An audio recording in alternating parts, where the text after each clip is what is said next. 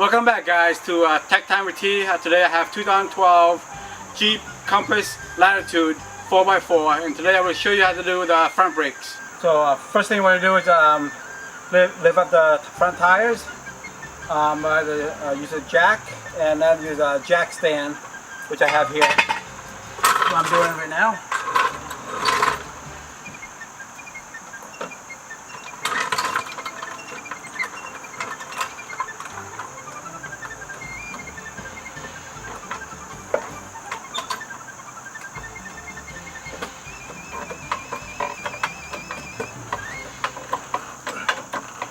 Lift up the tires. There you go. So once you put a jack stand and a jack up, pick up the tires. Next step you want to do is take out the 4 lug nuts. That's what I'm doing now. So once you get the lug nuts, you want to remove the tires to get access to the rotors and the brake pads.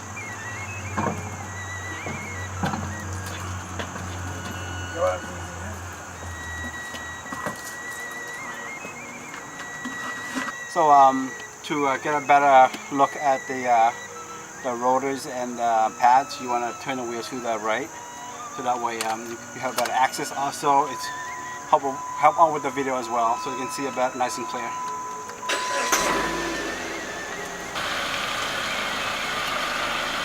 So let's pull up the hood.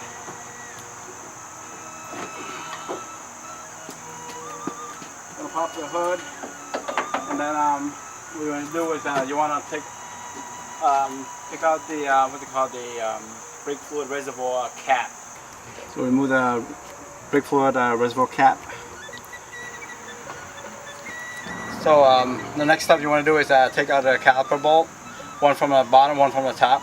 So I'm going to take out the bottom first, using the 14 millimeter socket and a ratchet.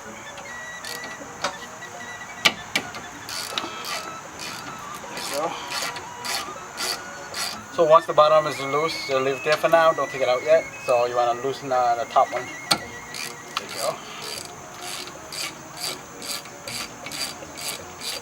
So once both of them are loose, you just use your hands and pull them both out. There you go. And here's the other one. One top, one bottom. So when you pull out the 2 bolt, just to remove the caliper. What you do is get a flathead, put it through the hole, and put it between the pads and the piston. Try to push in the piston a little bit, and then you can easily pull it out, just like that. As you can see, once we get out the caliper, here's the pads, and just pop it out with the flathead. Wow, it's pretty bad. Pop it out. It's okay because I am actually changing the rotor as well.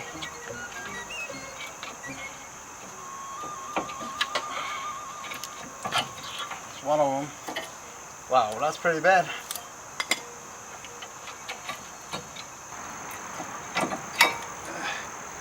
Woo! Look at that. That's so good, right?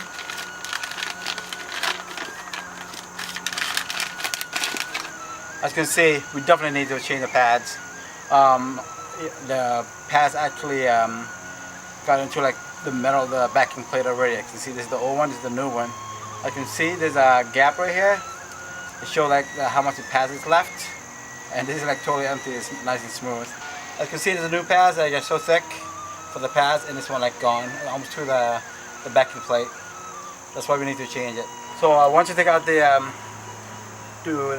pads out, your next step you want to do is to take out the bracket, which is 2 bolts from one top, one on the bottom. Which right now I'm going to take out the bottom first, which is right here. They use a 18 millimeter socket with a wrench.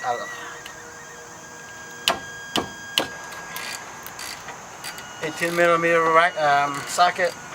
Take out the bracket bolt. The bottom one, don't take it out yet. Loosen it. Then go to the top one next. As you can see, guys, you cannot use this ratchet and socket because there's a bolt in its way. Look at that. You can't do it. So basically, this is hold the strut in place. So you cannot use the ratchet and socket. You gotta use a wrench. So we have to use a wrench to remove the top bolt. There we go. It's slower, but it will work. The other one does not work. The bolt is in the way. Once you loosen by the wrench, you just use your hand to take it out. Take out the bolt. One on top and one on the bottom. There you go. There's the bottom one. Take it by your hand. There you go.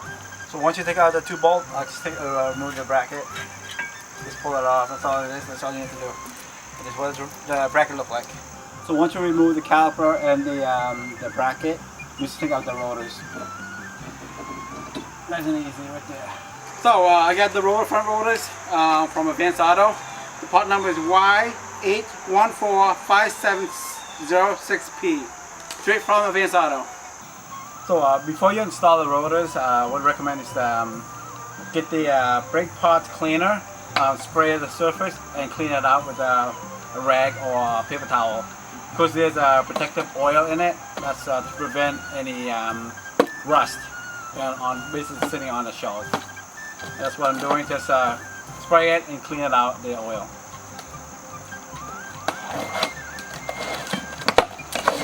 Nice and brand new. Love it.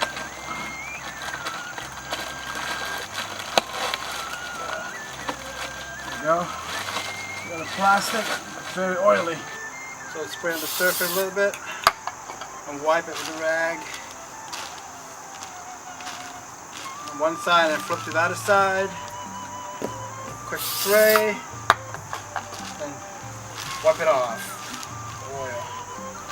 So basically, once you clean up the surface of the rotors, there's 5 different holes where the stud goes. Just line it up. Install it. To hold in place, what you want to do is get one little nut and just hand and put it in there. So basically, just try to hold the rotors in place. Before you put the bracket back, you want to remove the old hardware from the bracket and put the new one in. When you buy the pads, it's actually came with a new one, both sides. There you go. So next one you do is you want to install the bracket. Just align the hole with the hole on and then put the bolt in by hand for now until once you get it snug, go in nice and smooth. You want to use the wrench and the ratchet. So you want to do the top first by your hand, nice and snug, and then go to the bottom one.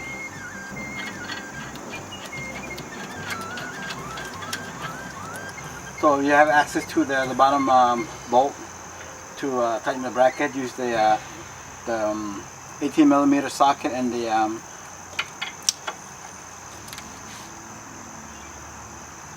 ratchet. So you're going to tighten it nice and tight. So once you tighten the bottom one, tighten the top with the wrench. Because you cannot use the socket for this one. So same way, make sure it's very tight. This is very important. It's a bracket.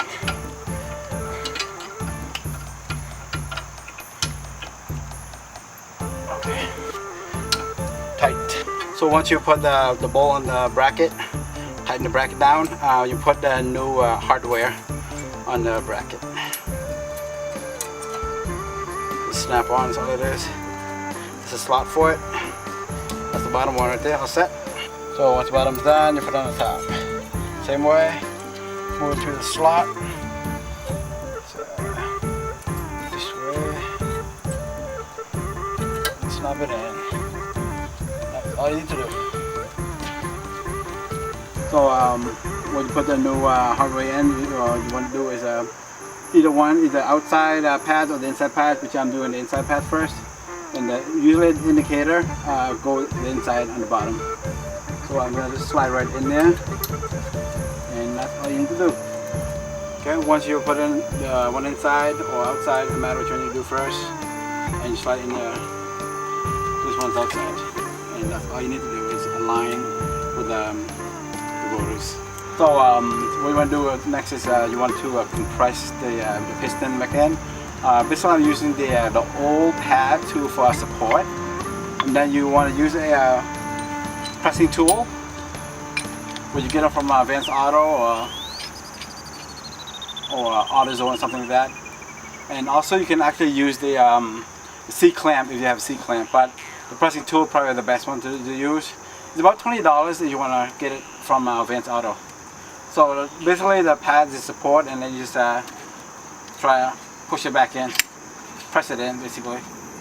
And the reason I took out the brake fluid reservoir cap, and this is the reason, because the piston pushing in, so the fluid's gonna go up there, and that's why you wanna take out the cap, so it's smoother, so that way the pressure doesn't come back to you when you try to press in the piston. So just push it in, nice and slow. And that's all you need. The reason you're doing this is because the new pad is very thick, and that's what you want to do. Press in the piston, and that's it. Just take it out. And that's what it'll look like. So once the piston is compressed in, you want to install the caliper. Just line up. So just put a line the hole and the pin back to hold the caliper. So once you align it, tighten the bolt by your hand first. You can use the 14mm socket as well by hand. You want to be nice and snug in first before you tighten with the ratchet. There you go. So once you tighten the top with the hand, you want to do the bottom same way. Put your hand or your socket, more leverage. That's it. And then you use a ratchet. Use a ratchet and a 14mm socket to tighten the bottom first. You can do the top first too if you want, doesn't matter, top or bottom. You don't want to be too tight either. You don't want to strip the bolt, because the bolt for the caliper is pretty small. So just tighten it up, bottom, and then do the top. Go. And be all good. That's it. Good.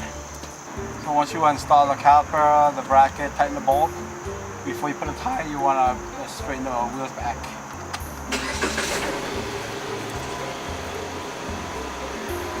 There you go.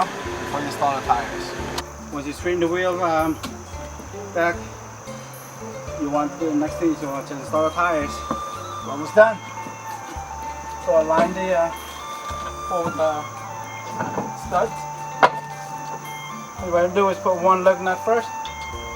So hold it in place. Use your hand.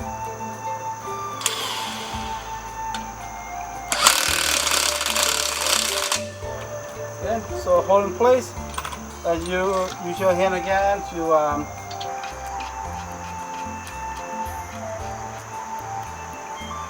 hold something. Okay. Going? Yep. So when you put try to tighten by your hand, use the power tool for it. Lug nuts.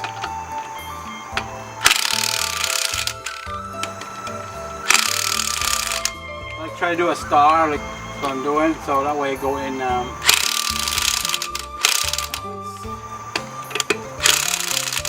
Go. Go.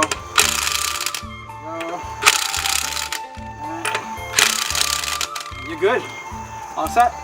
Alright guys, it's a great opportunity right now. Just check the brake fluid level. Right now, like I can see, it's pretty good. So it's even, like to the max. And what you want to do is just put on the cap, reservoir cap back on. So and then you can pump the brake. Make sure the piston actually come back out and stopping the brake. Just put the cap back on. So all you need to do. There you go. So then next we're gonna pump up the brake. So just turn on the car. So you want to pump the brake. Probably first time it's gonna actually go down to the floor, but just keep pumping it. So that way the fluid flow to the brake, to the front one. So you pump the brake. There you go. You can feel it's tight right now, so it's actually working. So just remove the jack stand. Pretty tight. So basically, it's actually went down a little bit. That's why it's good to have jack stand. So just pump back up a little bit to remove your jack stand. Once you remove the jack stand, just remove the jack. There you go. So once you install the tires, take out the jack stand, just shut down the hood. Shut the hood, and we want to test drive the car.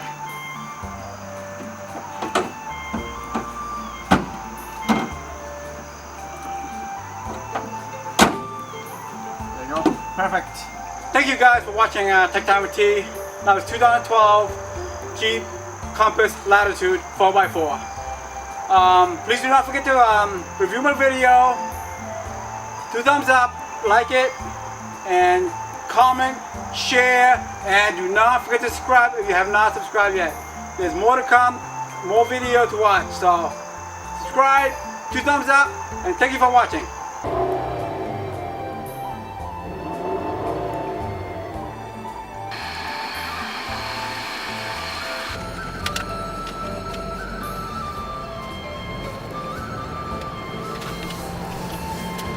Finally finished the brake jobs, the rear brake jobs. So I gotta have a test drive before I bring it back to the customer.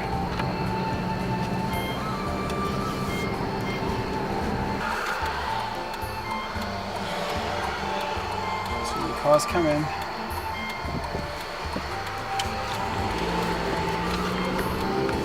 Always test drive when you do brake jobs or any jobs you're doing. Make sure it's properly working, especially the brake jobs. Want to make sure it doesn't squeak and make sure the brake actually stopped. I'm going to test that right now. Make sure. There we go, we're good. So, talk about how many brakes you did. Okay. Did you do just the front, just the back, or all 4? So basically what we did was we did the front rotors and brake pads. It's all brand new. And rear, when we remove all the caliper and everything else to access, the rotors was still very good condition. So we do not want to change it. So want to save some money, and we just changed the pads. Pads kind of low, so we just changed it. So now it's like working very good, like brand new. So that's what we did, and just test drive it now. Everything working fine.